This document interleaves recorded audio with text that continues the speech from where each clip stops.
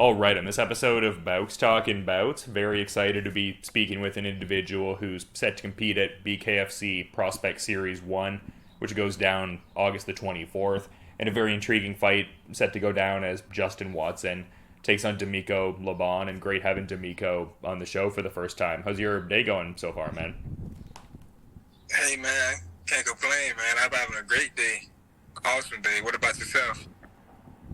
Yeah, similar spot. Definitely can't complain, but I'm curious to get a bit of backgrounding here because I was seeing that you made the pro glove boxing debut, from what I could tell, February in the Dominican Republic there. Like, I guess I'm curious to, get your thoughts on that initial experience there because it seemed like you had a big debut effort there and everything, and I thought it would make sense to talk about it as you're kind of readying to, debut on the BKFC circuit. So, yeah, just curious to get some insights on that. Yeah. As I don't know if you know, like my base is traditional glove boxing. This isn't, even though this is boxing. This is boxing with a twist. You know, but that's my base.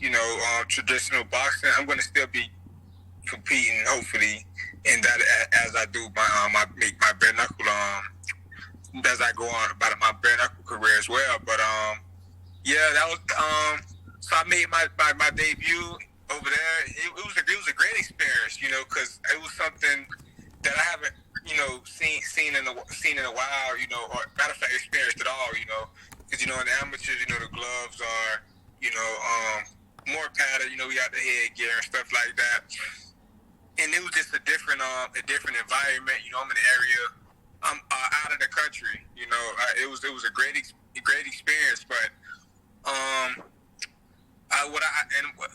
what I took from that was I wasn't even nervous. Like I never really traveled too far to fight. I really haven't traveled and been to different areas like outside of Florida to compete. So me just traveling to a whole other country, it showed me that I feel like I'd be ready. Like, cause it was a decent crowd. It wasn't inside of an arena, but it was a packed place, like shoulder to shoulder pack. So, I did pretty good. I was calm out there, so I think from that experience from out there, I bring it to the BKFC as well. It'd just be just as serious, but I'd be able to control my emotions as even with a bigger crowd. If you follow what I'm saying. Yeah, for sure. I guess timeline wise, like, when did this offer kind of come on your radar? Because, like, we're talking about, it seemed like the Queensbury Rules fight was like a bit earlier in the year. So, like, when did this BKFC opportunity initially get on the radar, I guess?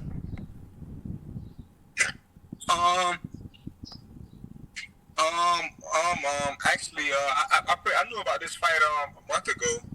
I knew about this fight a month ago, so I've been preparing. My coach, he put it on the table for me, and I don't know if you know who I train with. I train with former world champion Glenn Johnson. So he put it on the table for me, and I go with whatever he tells me. Like, I put all my faith in him because he's been where I want to go. So he told me, is on the table this option?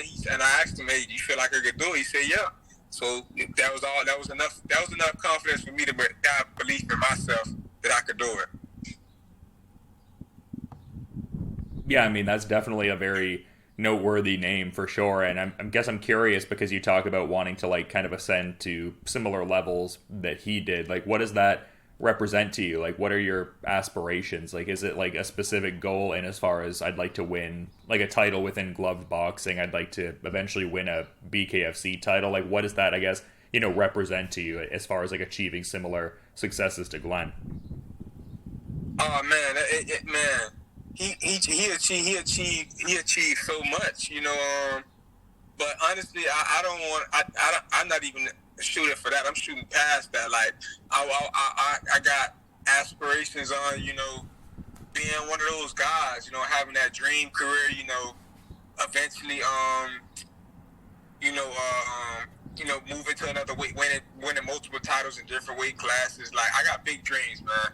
And my coach, but even just getting the opportunity to fight, not even becoming a champion, even just to get an opportunity to fight for the belt. That's just something great in itself. But that won't be enough to satisfy me. Like I always tell my family, like, I know I got enough skill to be able to fight for a belt. I know I can get there, but I want to win the belt and I want to defend it. I want to. The money, as we're prize fighters, we say money, money, money. But I think for myself, I also am caught up in the legacy aspect as well. Like I want people to actually look at me as a great fighter, other than someone who just made money and he made the right moves, fought the right people at the right time, and he skated by. I want people to recognize me as one of the greatest fighters in their lifetime. So any era. Yeah, for sure. And I guess just as like part of, telling that broader story, because obviously big things coming up here with this Prospect Series fight, and we touched on your gloved boxing effort where you got to go out of the country. Like, what's kind of the, I guess, combative background that kind of underpinned things before that? Like, what was the, I guess, foundation in combat sports? Like, it seemed like you alluded to like a bit of an amateur background, but I guess curious to get you to expound upon that a bit more. Okay, yeah, definitely. I started competing in combat sports when I was 14. I actually wanted to box. I got into boxing like a few years, some years later. Like I don't have a big amateur boxing background. I just I'm not gonna say I got rushed because but I got put in the fire pretty fast, and you gotta adapt when you get put in the fire. So but as far as the amateur background, yeah, I competed in Taekwondo. I actually went to nationals. Like I was super good at that. Like I was playing football. Like I'm a lifelong athlete. Like I've been playing football since I was 6 years old. But I was playing, and I got interested in fighting. Like I love fighting. I grew up around it. I always did it, so I got interested in boxing. And boxing not big where I'm from. I'm from down south Miami, and it's more like a lot of karate and taekwondo gyms down there. So I ended up doing that because they had a boxing sign in the front. But it was that, so I was like, whatever. I took a break from football and did that. And in the following year, I fought in the nationals. I came in third. Like the champion beat me. He was some guy from Puerto Rico, but I felt like they cheated me anyways. But so I did that, and then I ended up, stopped doing it because I seen that I looked into a career for Taekwondo, and it didn't seem like something that I wanted to do. Like I felt like I should just stick with football, so I stopped. And then when football didn't go my way either, really, I started to box, and my father introduced me to Glenn, and because I was at another gym beforehand, so I got introduced to Glenn, and he got to working with me, and it was kind of hard to get me on shows, and boxing is expensive, so it was kind of hard for me to get me fight. So what we did, I definitely got a lot of work from a lot of quality people, and they didn't go easy on me, so that definitely helped me shape me into the fighter I am today. Like my very first sparring partner, because I was older, I started boxing like at 16, 17. So my sparring partner was older. It's not a lot of new people that old starting to box. So he was a Golden Glove champion. His name Jesus Ablin. He was a regional champion, and he just used to light me up in sparring. So that all there was just stuff like that, which just made me want to get better and go harder instead of just quitting and giving up. That shaped me as a fighter even more so than amateur events and stuff like that. Yeah, I appreciate you filling in the picture a bit more, because I was doing some backgrounding on you, and from what I could tell, it seemed like you got in some good work at like the Muhammad Ali Boxing Center at Tropical Park, as well as like the Mayweather Boxing Fitness space. And yeah, it seemed like there were some individuals you were shouting out there, like Malik Lewis and Money Powell, at least from what I could glean recently. So yeah, I appreciate you filling in the picture a bit more there. Yeah. Malik Lewis is my that's one of my stable mates. That's one of the guys who I started off. You know, he started off working with me. He actually, I poke fun of him every time we get a new guy. I say he gonna break your ribs because when I started, he Malik worked with me. But like I say, when you're gonna get work, but you gonna have to step up to the plate. So I end up breaking my ribs just sparring. I got my rib broken, fractured, I'll say, and on that pitch that you seen, my rib was fractured. And we used to go to Fifth Street every weekend to get some workout there, for sparring. And I was trying to be so tough and stuff like that. Like, oh, I'm never gonna turn down sparring, never gonna say no. And my whole time, I didn't know my ribs broken. In my defense, but it was messed up and it did hurt. So I'm like, man, I'm gonna get some good work in, man. I'm never gonna say no. I'm gonna show them that I'm tough. And man, my ribs broke, man. Somebody tapped me right there, man. They put me down, man. But like I say, it was fractured, and I didn't know. But it came from me sparring with Malik. He just, being so technical and on point. Like she didn't try to hurt me, but when it's levels to it. They say it's levels to it for a reason. So just by him being so more experienced than me, it's that stuff does happen. But yeah, he's a very quality fighter who helped me grow into a fighter I am. A mentor, as you could say. And I'm curious because, like, obviously great mentorship to be had in the gloved boxing realm. I'm curious. I imagine there's, like, quite a bit of, transferable elements to that, but is there almost, like, a unique fight IQ one has to develop with bare knuckle? And I guess kind of in saying that, like, is that a lot of, like, just you trying to, like, make inferences from what other fighters are doing and kind of, like, study them and curate that into your training camp? Is the camp almost similar to like what you've largely done with gloved boxing? Like, curious to get some insights in that. You asking me like I feel like you asked me two questions. So you asked me is there anybody that I look to like for an example? And are you asking me like how's my training camp? Is it still a normal training camp compared to traditional boxing? Right. Yeah, I suppose getting the insights on the first part, as you alluded to, like just if there's like someone in like a specific bare knuckle capacity that you look to for mentorship, and I guess if the general preparations are different. Oh, definitely. Well, I'm a traditional boxer, so I look at guys, who I know it's a lot of guys in there, and who come from traditional boxing. I say a particular guy because I know him, I've seen him through social media, and I actually seen him work in person. Like, his name, you ever heard of Howard Davis? I think he's their 45, contender, right? He's number 2, right? Ranked number 2. Yeah, he's one of the top ranked featherweights. Yeah. Yeah, him. So I talk to him from time to time on social media. So that's just one guy. I know he comes from a boxing background, and now I watch him. And it's other guys too. Like who's the guy he just fought? I think Mike Richmond, right? His name. He just fought, right? But he got beat. Yeah, he fought Dave Mundell for the title. Yeah, he was a guy who interests me because he looked like he had a boxing background. Like I look at more boxers than more of the wild swinging wrestlers, like MMA fighters, because you can tell when who's who and who's what. Like sometimes you can't, because I see some guys who did MMA, who look like they got hands, but you can really tell it's a big difference. So somebody, guys from down here, but Howard Davis is one. The other guy, oh my God, I'm so okay. Richmond had knocked him down, but he ended up coming back. What's his name? Lorenzo Hunt.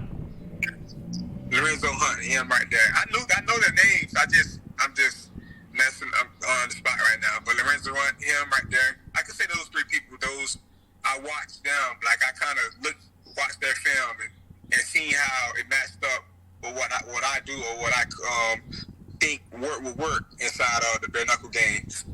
those three fellas right there. And it's interesting you bring that up because I was gonna kind of interject that into the conversation too, just in talking about how you can tell the MMA guys coming into bare knuckle versus like people coming at it from like that gloved boxing kind of background, just with your opponent also readying to make his bare knuckle debut like you are, but he has the 8 MMA fights across amateur and pro. And as much as it's like a new sport altogether, like from a layman perspective, it almost would seem like this is like a classic, like, you know, infighting versus fighting at range kind of bout where like maybe his focus is getting in close and trying to work that active clinch and pressure as much as he can, whereas maybe your approach would be more to kind of work at range, just considering both of your backgrounds. Like in a simplistic way, is that kind of what this fight boils down to almost, you think?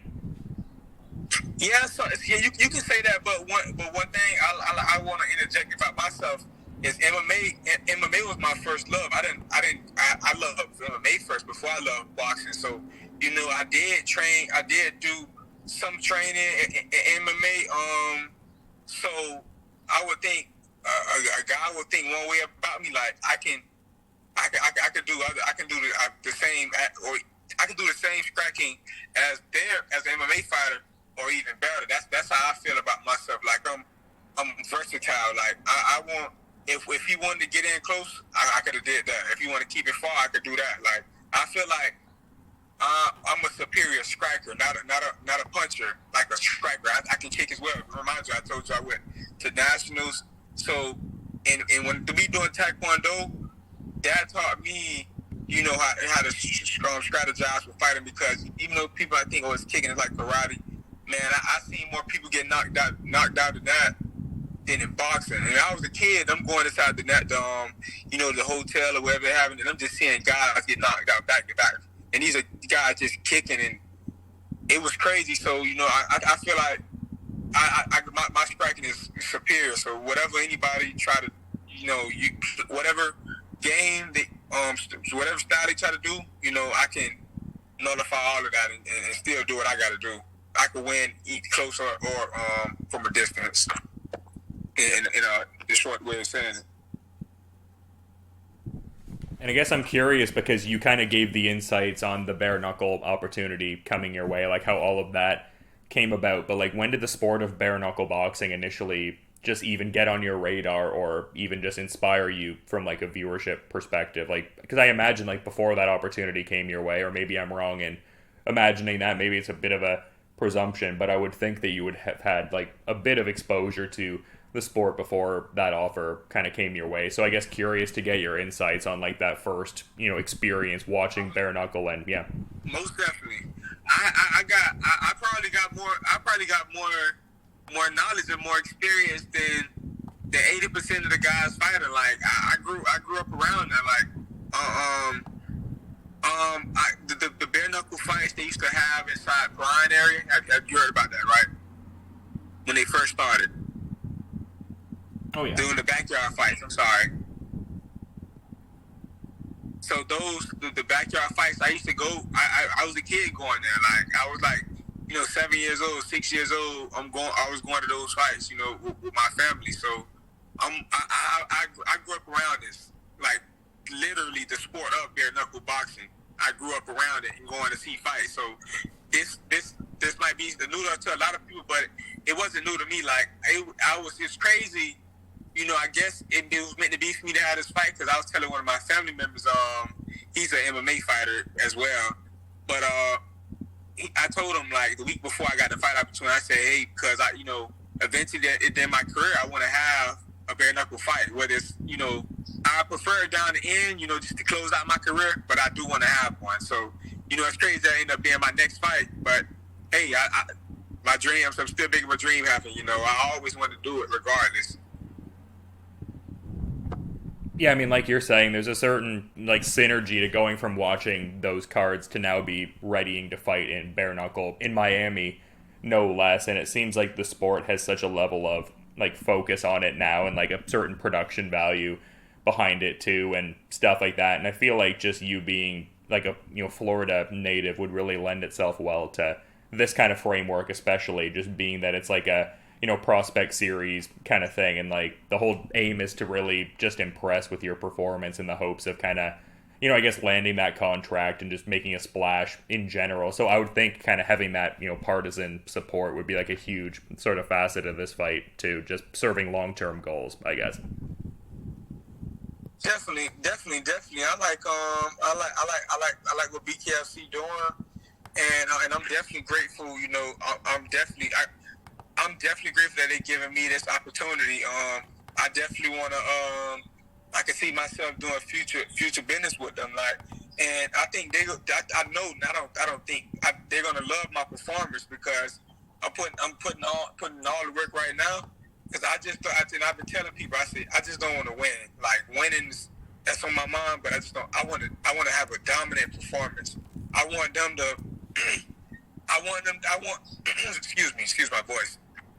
I want the fans or all watchers to really enjoy and really enjoy the fight. I just don't want it to be,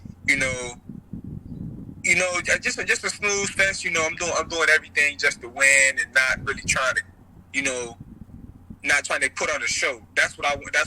I want when they watch me fight, I want them to be like, man, that guy's gonna be something. He's gonna be something special. He's gonna be a champion. I want them to say that about me. So, I definitely look like how they're doing it. The new series, the new